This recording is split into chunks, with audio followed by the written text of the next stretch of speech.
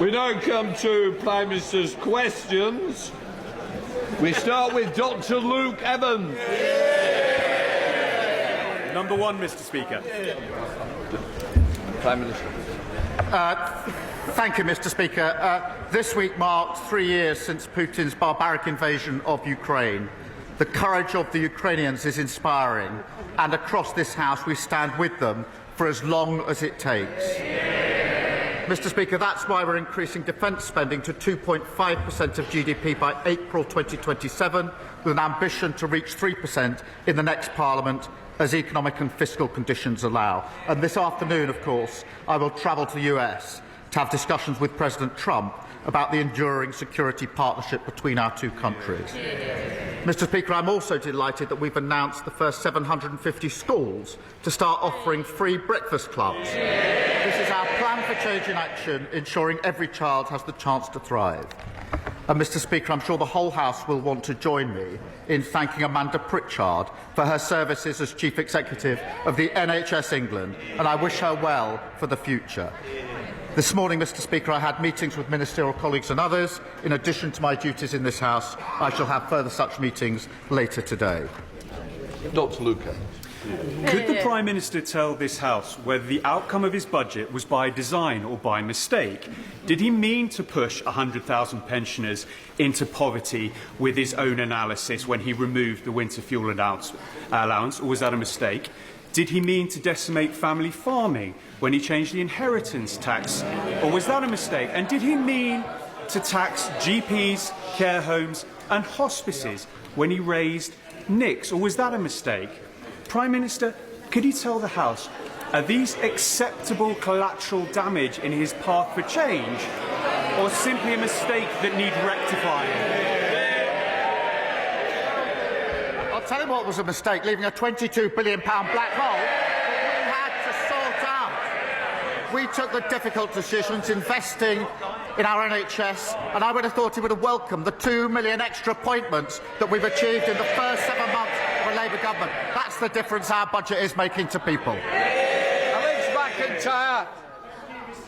I'm delighted that Calton and Grange primary schools in my city of Gloucester will be part of the first 750 schools to get free breakfast clubs. And I'm pleased that this government is already delivering on its manifesto promises in less than a year. So will the Prime Minister agree with me that by helping working parents with childcare and delivering the best start to the day for every single child, we are delivering opportunity for the next generation?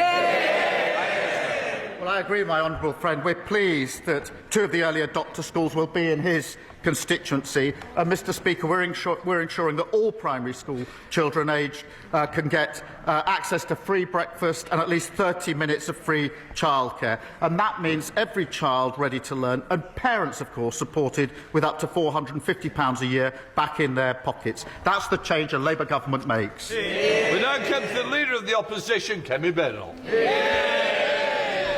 Thank you, Mr. Speaker. Mr. Speaker, I wish the Prime Minister every success on his trip to Washington. The visit to see President Trump must serve our national interest. The Prime Minister and I are completely united in our support for Ukraine as a proud and sovereign nation. What specific steps will he take to ensure Ukraine is at the negotiating table for any peace settlement? Well, I thank her for her words about the forthcoming trip. And it is right, and I think the whole House will think it's right, that Ukraine must be at the table at negotiations. There can be no negotiations about Ukraine without Ukraine. That has been my consistent position in all of the discussions that I've had. That will continue to be my position, because this is about the sovereignty of Ukraine and their ability to decide for themselves the future of their country. So they must be at the table. Mr. Speaker, I thank the Prime Minister for that answer, and as I said, I wish him every success. We want to support him on this issue. So turning to the details of the plan he set out yesterday. Over the weekend, I suggested to the Prime Minister that he cut the aid budget, and I'm pleased that he accepted my advice. Mr. Speaker, it's the fastest response. It's the fastest response I've ever had from the Prime Minister. However, he announced £13.4 billion in additional defence spending yesterday. This morning, his Defence Secretary said the uplift is only £6 billion. Which is the correct figure? Prime Minister. I'm going to have to let the Leader of the Opposition down gently. She didn't feature in my thinking at all. I was so busy over the weekend I didn't even see her proposal. I think she's appointed herself, saviour of the Western civilization. It's a desperate search for relevance. But, Mr. Speaker, look, if you take the numbers for this financial year and then the numbers for the financial year 27-28, that's £13.4 billion increase. That is the largest sustained increase in defence spending since the Cold War, which will put us in a position to ensure the security and defence of our country and of Europe. Mr. Speaker, that wasn't very clear. How is it that the Defence Secretary says £6 billion and he says £13.4 billion? The IFS said today that the government is playing silly games with numbers. How does he find this difference in numbers? Prime Minister. Mr. Speaker, we went through this 2 weeks ago, going through the same question over and over again. So let me say it. If you take the financial year this year, and then you take the financial year for 2027-28, the difference between the two is £13.4 billion. That's the same answer. If you ask again, I'll give the same answer again.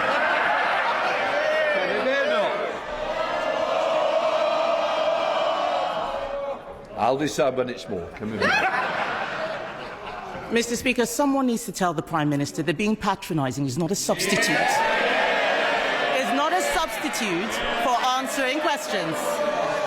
It's not a substitute. He hasn't answered. What he has said is different from what he said yesterday. We are still not clear where the money is coming from. We want to support him.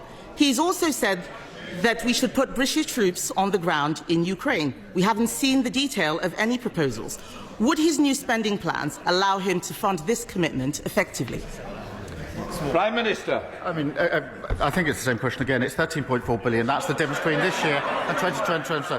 She asked a serious question about the security guarantees in Ukraine, and that is extremely important, because the worst of all outcomes, if there's to be a cessation of hostilities, is that it is a short break rather than sustained and lasting peace.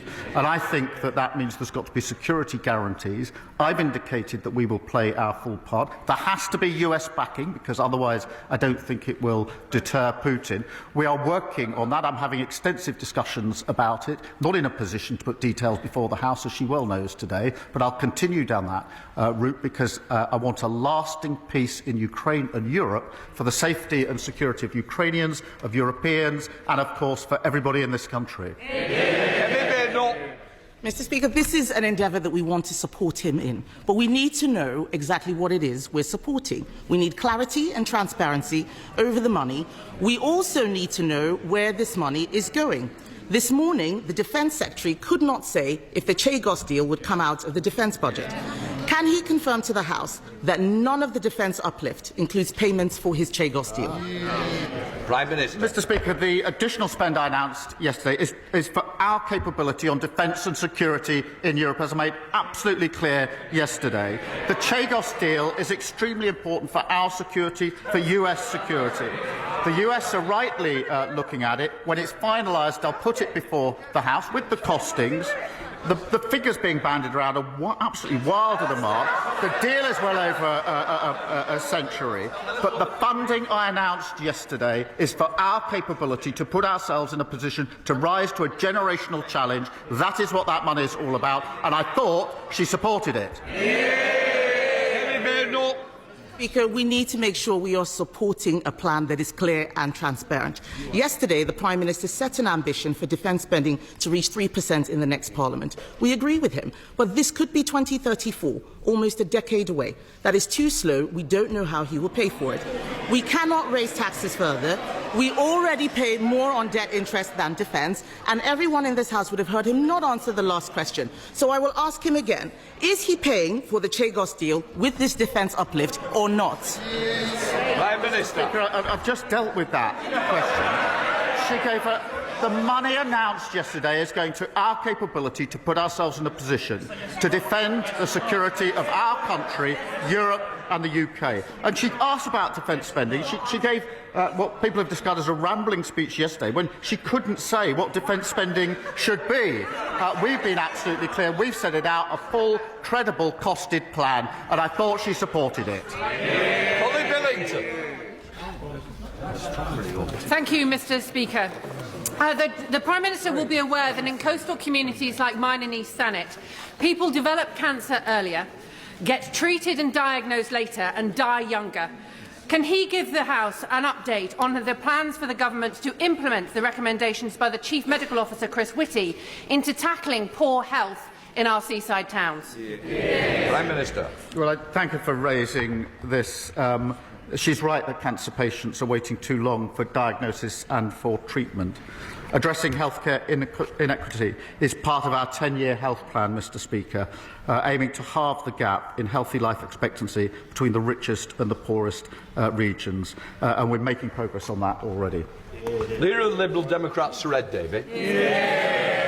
Thank you, Mr. Speaker. And can I start by wishing the Prime Minister well on his trip to the White House. It won't be an easy meeting, but we're all behind him for our national interest.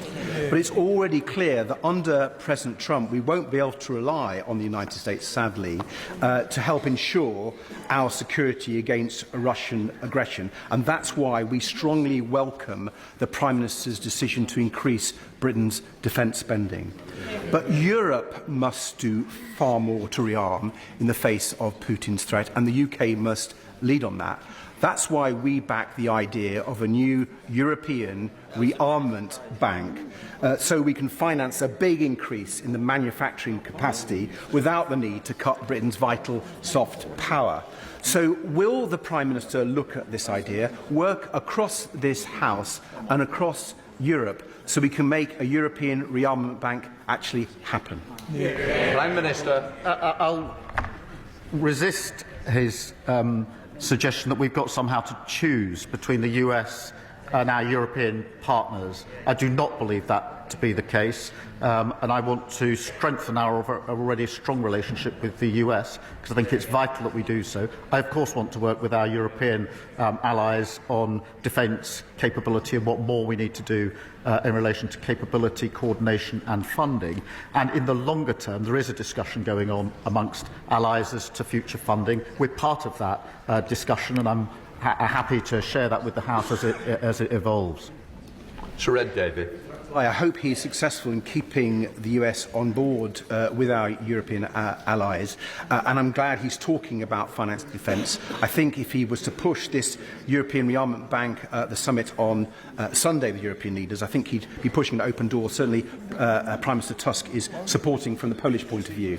But Mr. Speaker, if I can turn now to domestic matters and the cost of living crisis that's hitting so many of our constituents. Families in my constituency are really angry that Thames Water is sending them bills this April that will cost them £150 a year more. Thames has already let down so many people, whether it's leaking pipes or pumping their filthy sewage into our rivers. A third of customers' bills are already used just to pay the interest on Thames Water's debt, and now it's going to borrow £3 billion more. Isn't it time to stop making people pay for bailing out the vulture funds drowning Thames Water in debt? Will his government just put this firm out of its misery, put it into special administration so we can sort out that mess and the mess that lot left? Well, he's certainly right about the mess that lot made. We've obviously got the water bill. It's got very strong measures in it, and I think he supports them. Rosanna Allen-Carr. Thank you very much, Mr. Speaker. We have heard extraordinary rhetoric coming out of Washington in recent days, and we have seen fascist salutes on our screens. We have witnessed wild statements about Palestinians being expelled from Gaza, and we have seen our allies labelled dictators. Britain's interests are best served by standing with Ukraine, working closely with our European allies, by upholding international law and remaining a strong part of NATO. Can the Prime Minister assure us that this will form a central part of his message when he meets world leaders this week? Minister. Well, we certainly stand with Ukraine, and I think I speak for the whole House when I say that. As I set out yesterday, NATO is the bedrock of our security. It's been our most important alliance for many, many years, as important today as it's ever been. And we build that alliance by working with the US. We have a special and deep relationship with the US. That's not just words, that's to do with security, defence, intelligence capability, vitally important for both sides. But we also work with our European allies, and it is that ability to work with the US and the EU and European partners that has held the peace for so many years and needs to hold the peace for many years to come. Stephen Flynn. Thank you, Mr Speaker. Prior to the election, the Labour Party promised to reduce energy bills by £300, yet on their watch, energy bills are about to increase by almost £300. So may I ask, is the failure to keep that promise a consequence of government incompetency, or have the Labour Party been caught lying to the public? Hear, hear. Prime Minister. Mr Speaker, we're very proud of the fact that we are pushing forward for energy independence, which will keep our bills lower. And he knows very well what my position is. But I note that, again, he's very quiet on the SNP record. And I'll tell you for why. Just this week, we've seen the attainment gap widen in Scotland, pupils leaving schools with no qualifications rising, those from deprived areas going to work falling. Instead of playing the politics of grievance, they need to take responsibility for their own record. Thank you, Mr Speaker. My constituent Mike Addison was one of a kind, a physical disability rugby league world champion with England and Warrington Wolves, and an avid volunteer for the club and foundation. He was a friend to everyone who knew him. Tragically, he died at age 45, having taken his own life. One death by suicide is too many, and every suicide is preventable. But ONS data puts the rate in the North West at over double the rate of London, and with a 17% increase last year. So can the Prime Minister outline what more can be done working across government to help Warrington meet our target of eliminating suicide? Prime Minister. Well, can I thank her for raising this tragic case? And my thoughts, I'm sure the thoughts of the House, are with the family, friends and teammates of Mike at Warrington Wolves. I mean, she's right, Mr Speaker, that one death by suicide is one too many, and reducing the number is a vital part of our health mission. We are recruiting an additional 8,500 mental health workers, especially trained to support people at risk of suicide. We're committed to taking forward the suicide prevention strategy for England. I'm sure this is something the whole House will support. Dr Neil Butts. Thank you, Mr Speaker. I welcome the Prime Minister's statement committing us to increased defence spending and reaffirming the UK's support for Ukraine and their democratically elected leader, President Zelensky. A wartime leader, like Winston Churchill, who also had to delay elections because his country faced an existential threat.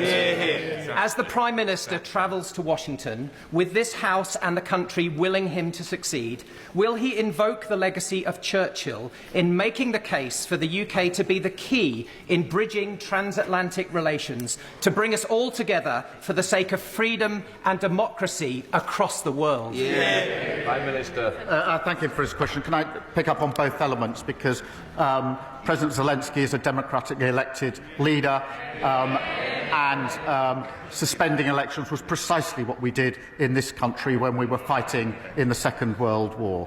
And secondly, on his point, yes, I do think that the UK has successfully been a bridge between the US and Europe for many, many years. It's vital that we continue in that role, and that's why my message to President Trump is that the relationship between our two countries needs to go from strength to strength. It's all very strong, but also working at the same time with our European allies. Jessica T. Thank you, Mr Speaker. On Monday night, there was a brutal double stabbing in my constituency. This adds to a long line of horrific knife attacks that have included 3 fatalities over the past 2 years. I know the Prime Minister is aware of the particular challenges we face in Bournemouth, and while crime has been going down, I know there is much more he will want to do.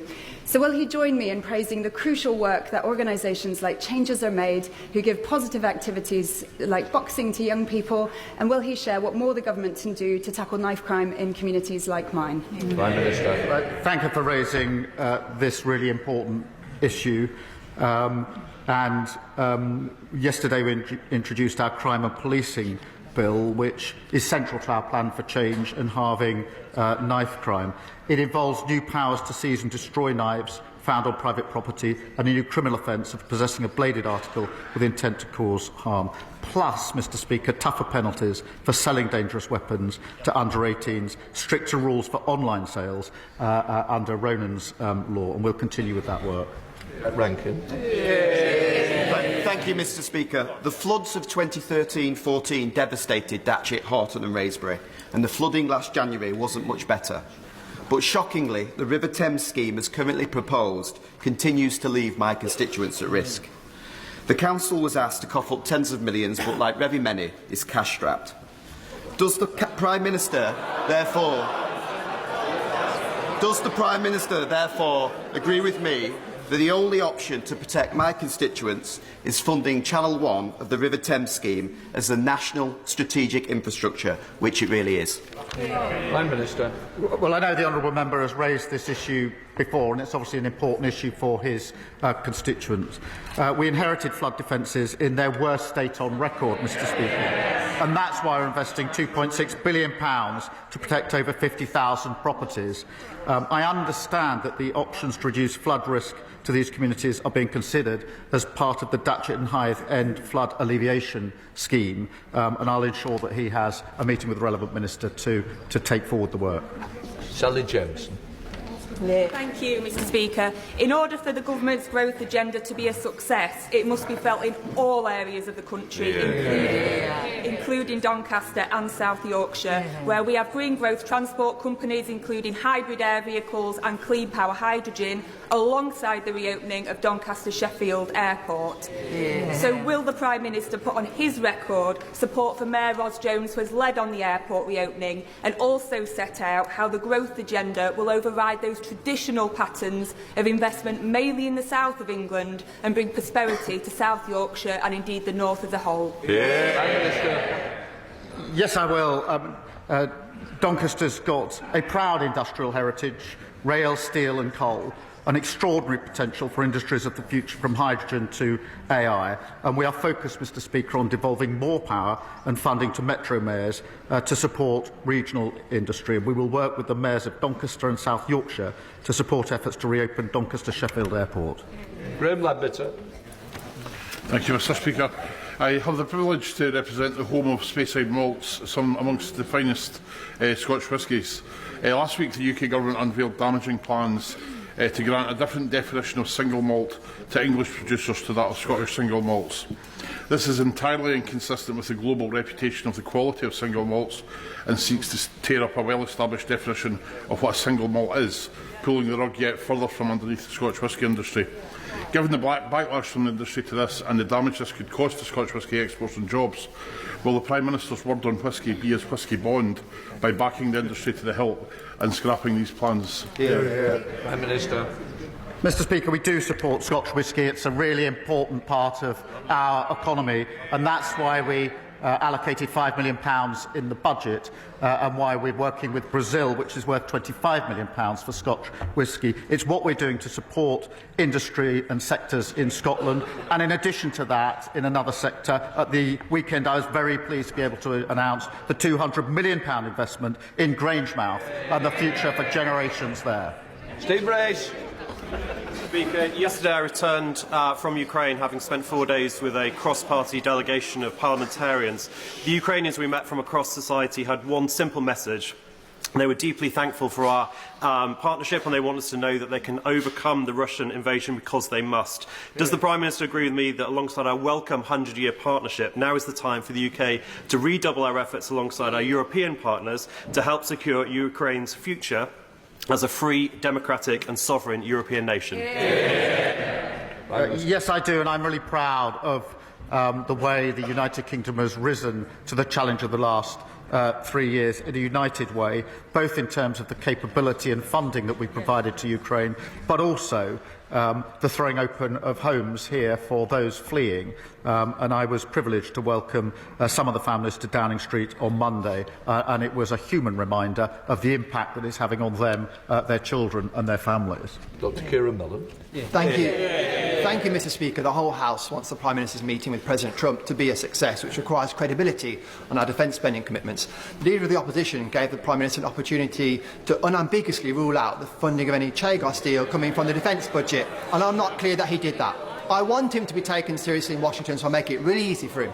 Will he rule out the funding of any Chagos deal coming from the defence budget, yes or no? Yes. Prime Minister. As I said, when the deal is complete, I will put it before the House with the costings. The money yesterday was allocated to our capability, the single biggest increase, sustained increase in defence spending since the Cold War. Diane Abbott. The whole country stands behind the people of Ukraine.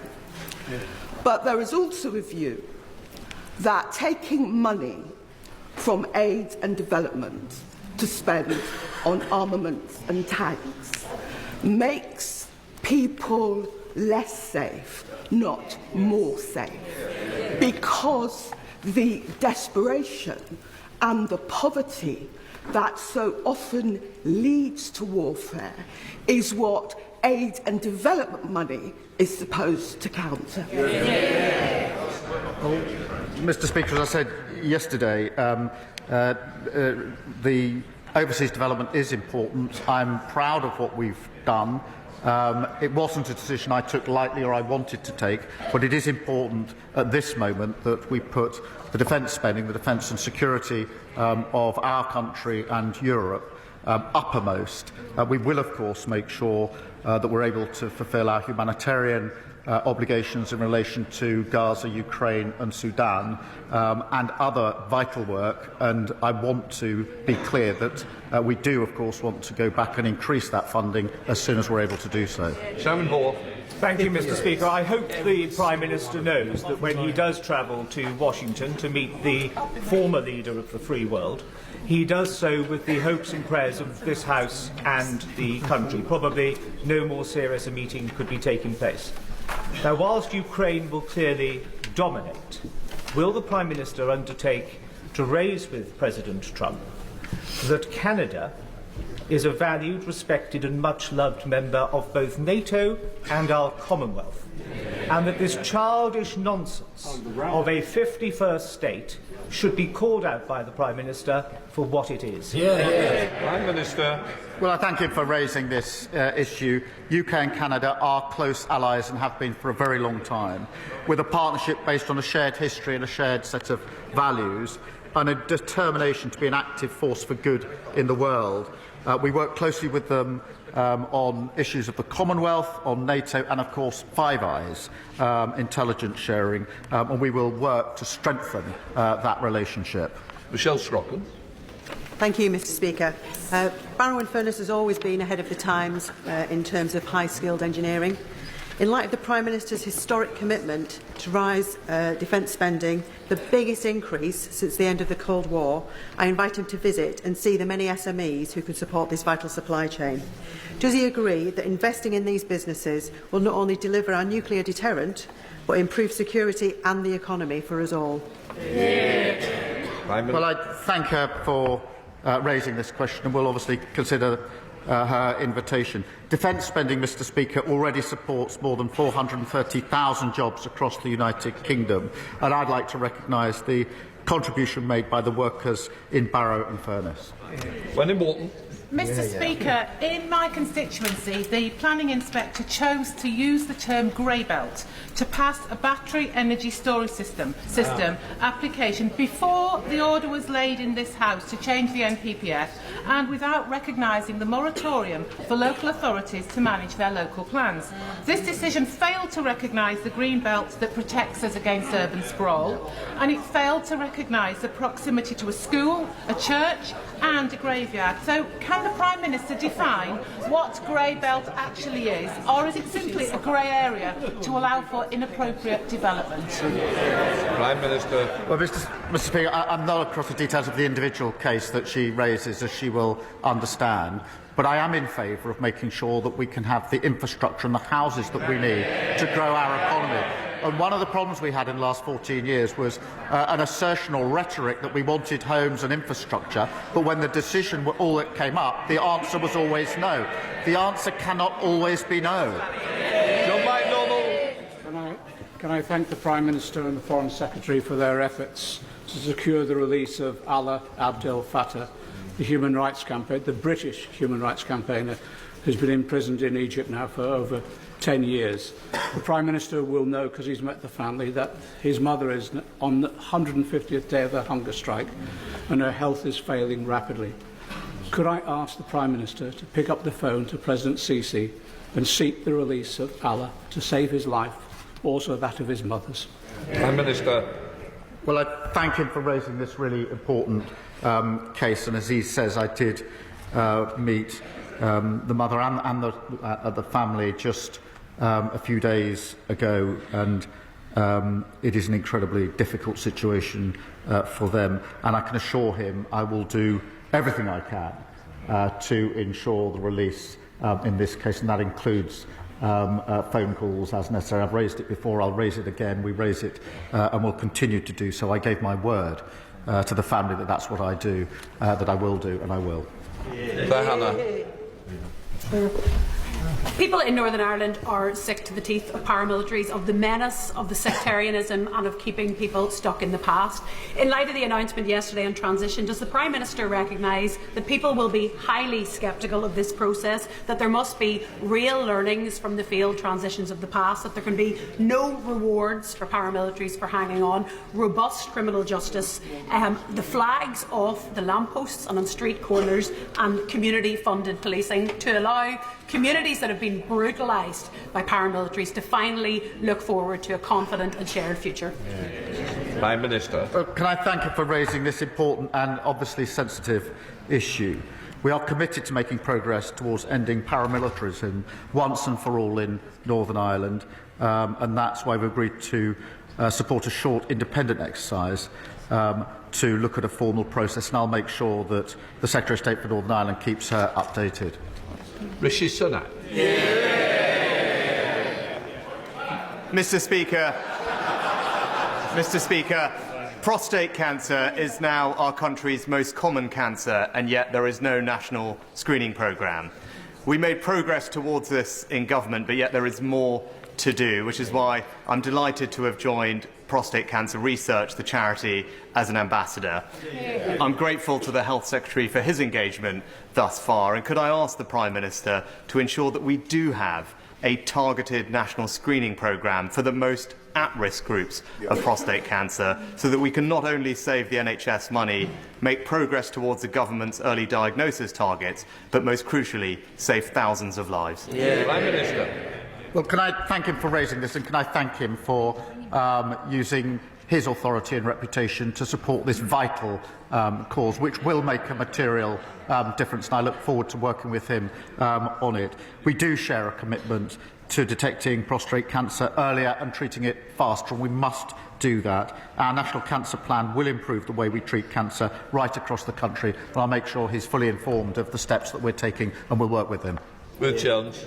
Thank you, Mr. Speaker. Will the Prime Minister join with me in wishing all Welsh citizens everywhere a very happy St David's Day on Saturday?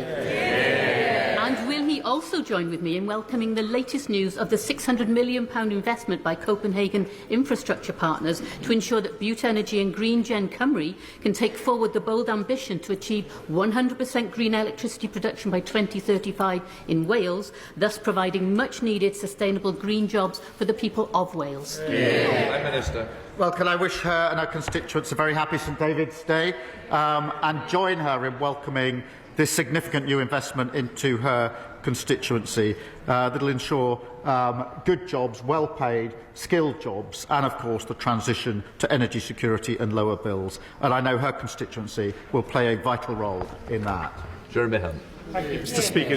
Does the Prime Minister agree that our biggest single foreign policy priority is the preservation of NATO with America at its heart? And if so, following his welcome announcement yesterday, is the next step to talk to our European allies and for all of us to agree to spend 3% of GDP on defence within a specified timescale, so that we can look the President in the eye and say that Europe is finally pulling its weight on defence? Prime Minister. Well, I agree with him entirely in terms of the priority in terms of NATO. Putin thought he could weaken NATO. He's only made it stronger and larger. NATO's strength comes from the US and European partners and others working together, and that is absolutely the focus of my work at the moment. It is right, as he says, that European countries, including the United Kingdom, do need to do more on capability, on coordination, and on defence spend. That must be not seen as a project separate to NATO, but part of an essential project that ensures that NATO is there for decades and decades to come, preserving the peace, just as it has been for 75 years. Final question, Newman Steinbeck. Mr Speaker, the Grangemouth refinery closure has loomed over central Scotland since Petronas' announcement in November 2023. 2 weeks ago, Scottish Labour colleagues and I met with the National Wealth Fund to make the case for investment in Grangemouth. I strongly welcome the exceptional commitment this Labour government showed by committing £200 million from the National Wealth Fund. Can I ask the Prime Minister what steps the government will be taking to secure permanent, good jobs at Grangemouth? Well, can I thank him for being such a great champion for Scotland and his constituency? Mr Speaker, Grangemouth is really important to communities in Scotland, to the economy in Scotland. It's not a charity case. It's got incredible potential, huge opportunity, and that's why at the weekend I was very pleased to announce £200 million from the National Wealth Fund to incentivise private investment. That, of course, Mr Speaker, follows £100 million in the growth deal that we announced earlier. This is about jobs for decades to come in Grangemouth. It's a really exciting opportunity, and we intend to seize it. I hope His Presidency of the Assembly of North Macedonia, His Excellency Mr Afrim Gasha, enjoyed questions. Right, that completes PMQs.